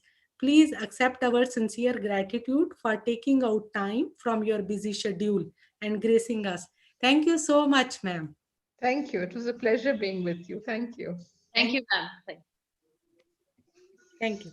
Now I would request our principal, ma'am, Professor Harpreet Kaur, to share views on women in academics. Professor Harpreet Kaur is the principal of Mata Sundari College for Women. Previously, she was the vice principal of Shri Guru Gobind Singh College of Commerce. She joined Shri Guru Gobind Singh Khalsa College of Commerce in 1990. She is passionate about writing, has to her credit 24 books, 9 book chapters, 25 research papers in national and 6 in international journals. 23 book reviews, 4 forward and editorials, many newspaper articles. In addition, 5 booklets were published by Dharam Prachar Committee, Delhi Sikh Gurdwara Management Committee. She has wrote 4 forward editorial in books on Guru Amar Das Ji and debate in Parliament on 1984. Dr. Harpreet Kaur has presented 17 papers in national conferences, 11 papers at international conferences, including at Stanford University, USA, Warsaw School of Economics, Poland, University of Ottawa, Canada, Capital School of Business and Management, UK, World Punjabi Conference held at Brampton, Canada in 2017. Dr. Harpreet Kaur was a resource person at FDP organized by Khalsa College and Zakir Hussain College under Pandit Madan Mohan Malviya National Mission on uh, Teacher Training and Teaching. Ma'am's achievement list is too long. I would request ma'am to please share her views on the women in academics. Ma'am, Thank you. over to you. Yeah, thank you, Dr. Sarabji. Now, this session has really been very, very enlightening. We had women from various facets, I think various facets of life, IAS officer, IPS officer, and all the first ones. So after them, I don't have much to speak. And moreover, you listen to me so often. But here, I will just highlight very few things how you can be successful in academics, because academics is totally a different kind of a career where you have to slog, where you have to work hard, where you have to put in such a labor which is not even visible to other people. So that you have to work hard, you have to study, and and it becomes such boring very many times, so monotonous. That is why I will just focus on few things, that how you can become good academics, and how you can rise in that particular field.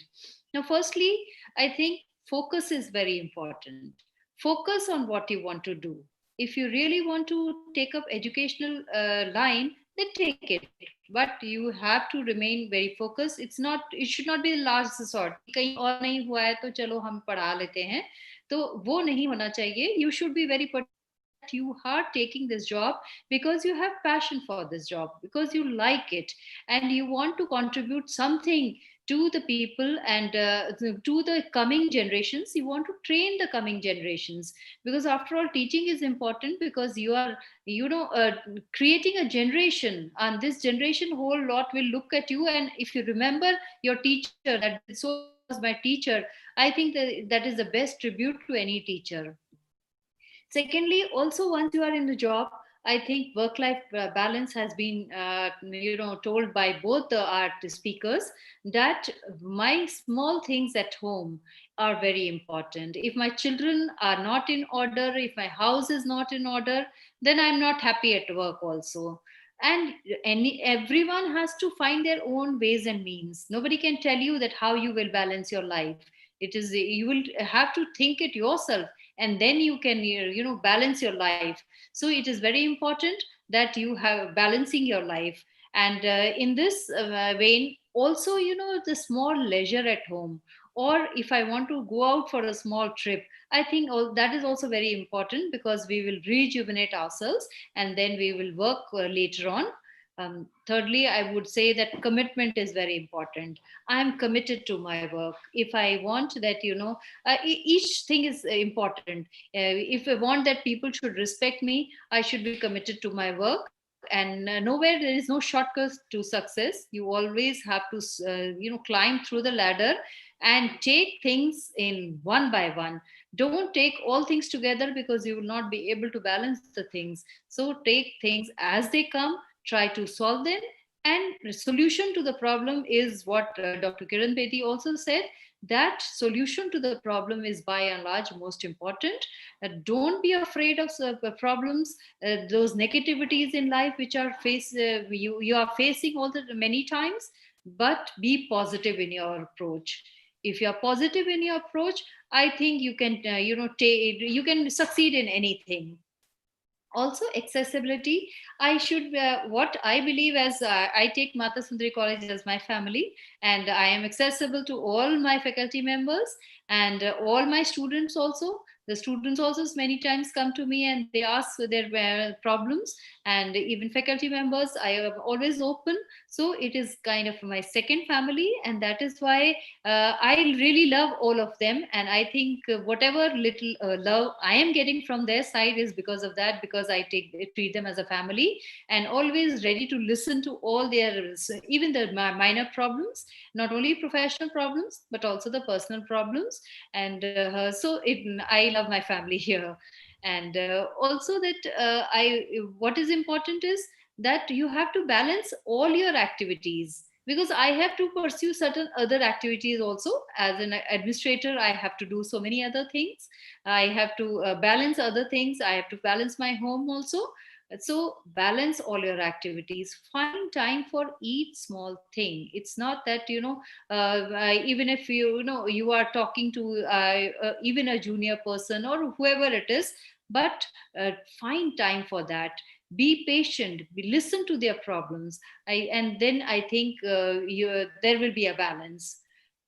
Also, what is important is that you should have future targets. You end one thing, but you always aspire for something else. Today is not the last day, because of course there has to be some other future endeavors always going on. And that is why I always plan for the future, that these are my targets and I want to complete my targets. Your personal targets are important, along with your professional targets, that this is what my college wants, this is what my I want to take my college here. And I also want that my faculty should come forward and take the and be a part of it. So future targets are is very important, that this is what you want. And a vision is very important. If you cannot dream and big, then you will never reach anywhere. So dreaming big is very important, and this dreaming should be with open eyes, that you are working for it. नींद में आपने सोच लिया और नहीं काम किया, ऐसे नहीं हो सकता. You have to work for it. And so dreaming with open eyes is very important. Also, for in academics, I think additional skills are very important nowadays. Just knowing my subject is mandatory. It is the basic premise, it is a prerequisite. But knowing my subject, but knowing many other things is also very important. I should know what is going on in my society. For example, I should know that literacy level in India is not so high. I should know that in academics, if the women are coming forward, there are certain constraints they are facing, because they are not getting the same position as men. For example, even if you see in research, they are somewhere lagging behind. And all this is because there are many things, because you cannot reinvent yourself, because you don't have time for yourself.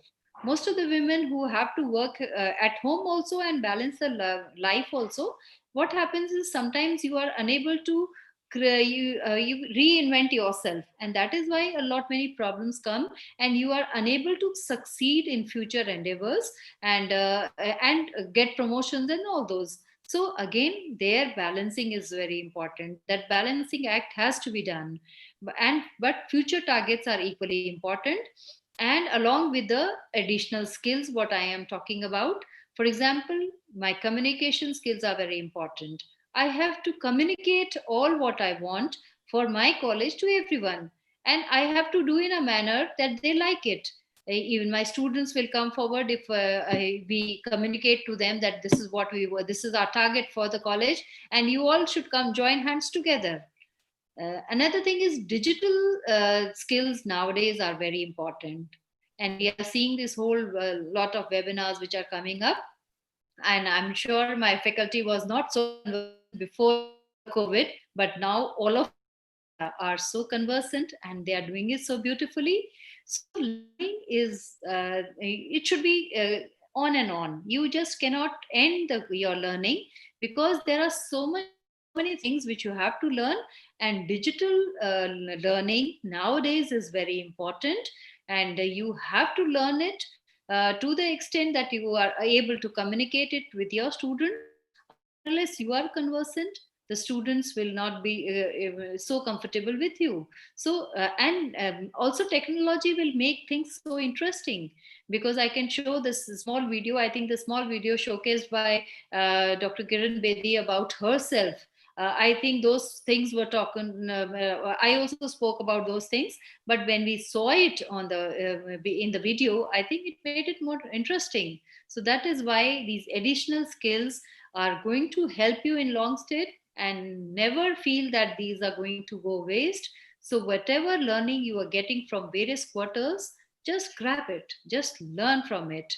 And also one thing, another thing which is in academics, confidence is very important. You should be confident about your answers, about your presentation, about what how you express, and about all what you do. So somewhere you might be, doing many things, but you are unable to express it, unable to express it in front of your students or other things, then these things are incomplete. So be confident of what you are learning, so that you will disseminate this learning to the students, to the younger generation. And be confident to express your opinion. Many times you don't like many things which are going on in the world, in the country, also in the college, but express your opinion. Now this criticism, don't take it as negative kind of a thing, because criticism is a healthy criticism is very healthy for you also. uh, just don't feel that you are demoralized because so and so is saying that ma'am is like this, and she doesn't know, and she is all this and all. But learn from it how you can improve yourself, because your critics are your best friend, I believe, because they teach you so much. And don't have grievance from them, and don't have any grudge for them, but learn from their experiences, learn from what they say, and this will help you to improve your personality. Also, what is important is doing research. Doing research is again a part of your curiosity, that you have to fulfill your curiosity. There are so many things which are going on in society, but you ought to learn them, and you ought to understand that how you can express your opinion about them, and have a systematic approach. Do it systematically. Many times I think this All India Higher Education Survey has told that many times the women who are there in academics don't spend time in research. They do quite a lot as far as these classes are concerned. They will teach their students very well. They will also take up other things like the committee issues. All the many committees are taken up by them. But as far as this research angle is concerned, they don't work much because of various constraints. Of course, as I said, maybe the familial responsibilities are forcing you not to work day night and so on, because you are busy with other things, your daily course. So there can be many reasons to it also, but make research a part of your culture. And this statistics which I am sharing with you is just now not only in India, but it is world over, where housework is even shared by the men. There also women in academics are not doing so much in the field of research. So these are the things which we have to focus on. If we are in this line, if the students want to come in this line, then have a knack for research. You should think about it. You should think anything very deeply, try to pen it down, try to express it, and I think then you will go a long way. Another thing is that critics, I've already told you that they are your best friends, but your attention, your focus is also important. That how much span of studies you is there. The student should actually increase their span of time of working, and find some motivation somewhere. You can find motivation within yourself only when you have some role models. So think about those role models, that I want to become like this person or that person, and then I think you can do very well. So having role models is also very important. Another thing is that I have to balance my emotions also. That I have to reduce my anxiety, those kind of anxiety which is sometimes troubling me. Those things should be controlled. And then I think it will increase my confidence also, and I will be positive towards many things. Being ethical in your approach is going to help you very much, because being ethical, then you don't have time to think about negativity. And so you can, do many things. You can be so productive if you are being ethical. And so all things about education is the discourse of opportunities also, that how many opportunities the women get to come in academics. Sometimes in the rural areas, even in the urban areas, the girls are told, no, you are not to work after marriage. You are just, you are studying and you are, doing well. But, after marriage, suddenly you say, the family says, no, no, you are not doing this. So, but you have to create opportunities for yourself. What you want in life, that is very important. Also, then you have to create an identity for yourself, that this is my identity. And not to say that you are asserting your identity in a negative manner, but you are, disseminating your identity along with the family, along with the society, along with your profession. And that is what is needed. So I implore my students to reflect, aspire, and act. First, reflect. These are the three things I think very, very, very in a capsule form. I want to tell you that reflect on what you want to do. What is my aspiration? Then aspire for it. Work hard for it.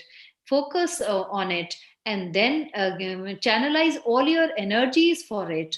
And then act. Then you are acting on that, you are focused on your thing, and you are unshakable with your resolve, and nobody is going to shake you. But this is my aim. Yes, I want to do this, and I have to balance my life, but I am balancing along with this acting. And then you will be powerful yourself. You have to show this power to the world.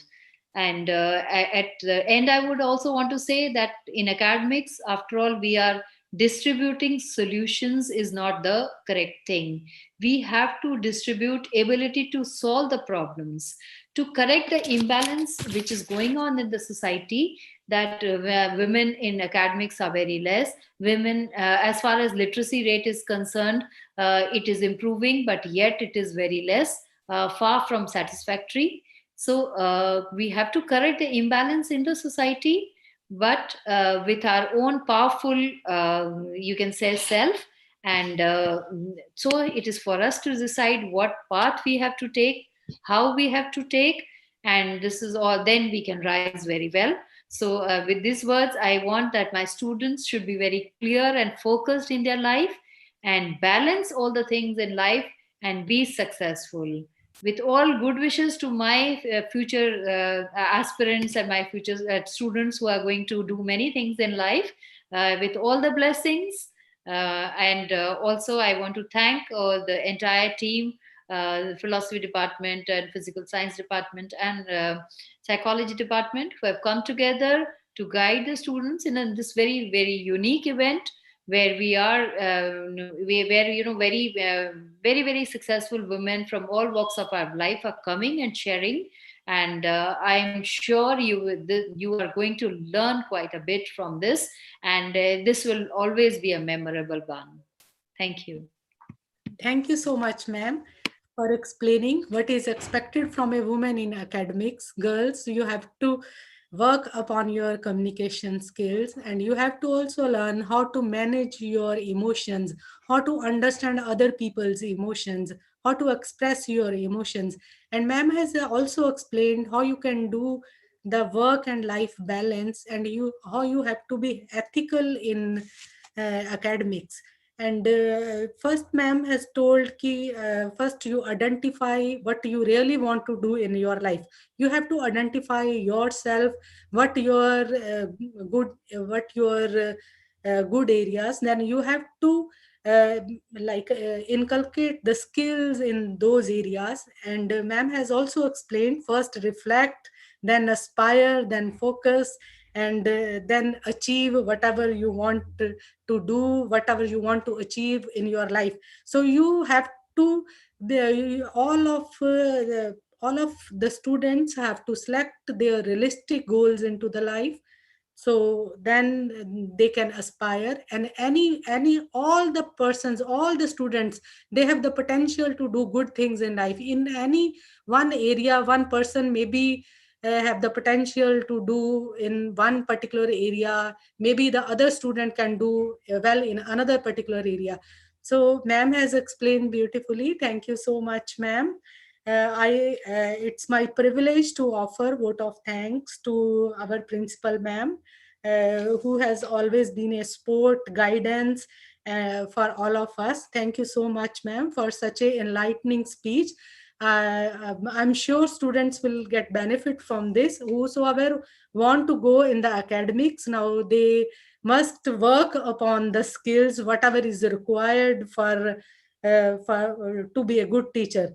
So I also extend my thanks to our chairman governing body, Padam Shri Sardar Vikramjit Singh Sani, for with us on this event. Thank you so much, sir. A special thanks to Ms. Priyanka Gupta from Computer Science Department, Ms. Sangeeta Pathik from Technical for the technical support, and my grateful thanks also goes to the all members of the organizing committee, psychology department, physical science, and philosophy department for the continuous support and coordination to make this event a grand, great success. Thank you so much, psychology department, philosophy department, and physical education department, and also principal ma'am for the continuous support and the guidance.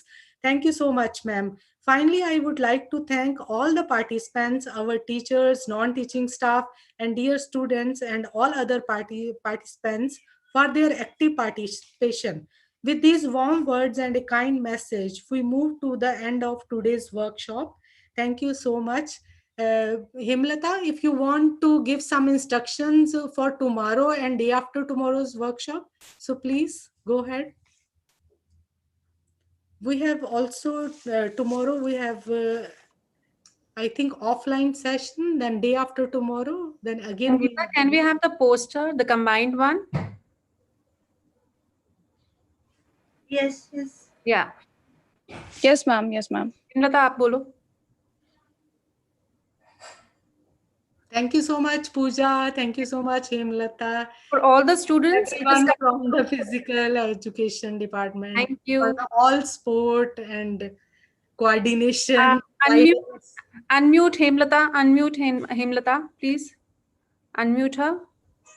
For day 2, she'll explain for day 3. Day 2, everyone, all the students have to attempt this assignment, and it will be compulsory for you if you want a certificate from our side. For 3-day workshop, it is mandatory for you to attempt this question. It is only in 100 words which you have to write about today's session, what you have gained, and you just need to write on that and submit that form. And for day 3, Hemlata, Priyanka, unmute Hemlata, please.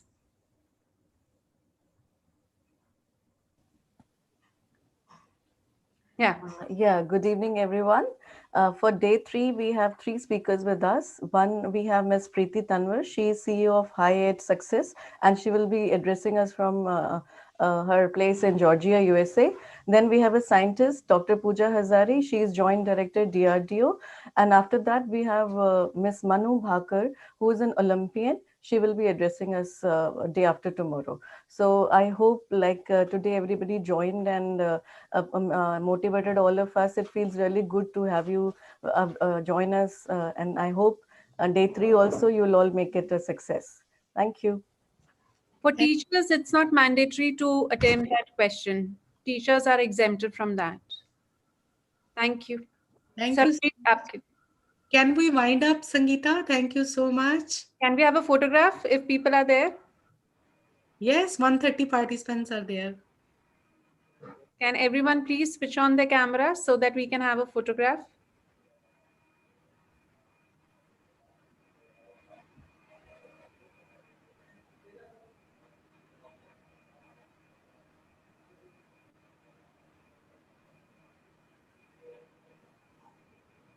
Sangeeta ji and Priyanka, you have the control, right?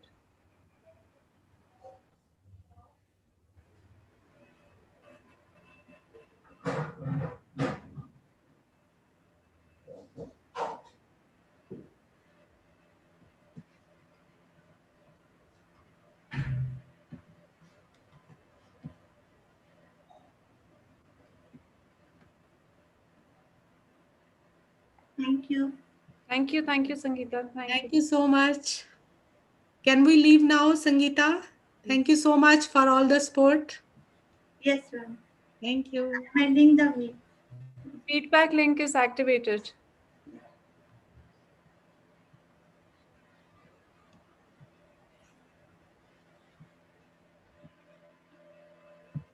Ma'am, can we end the meeting for all? Yeah, we can. Okay, ma'am. Okay.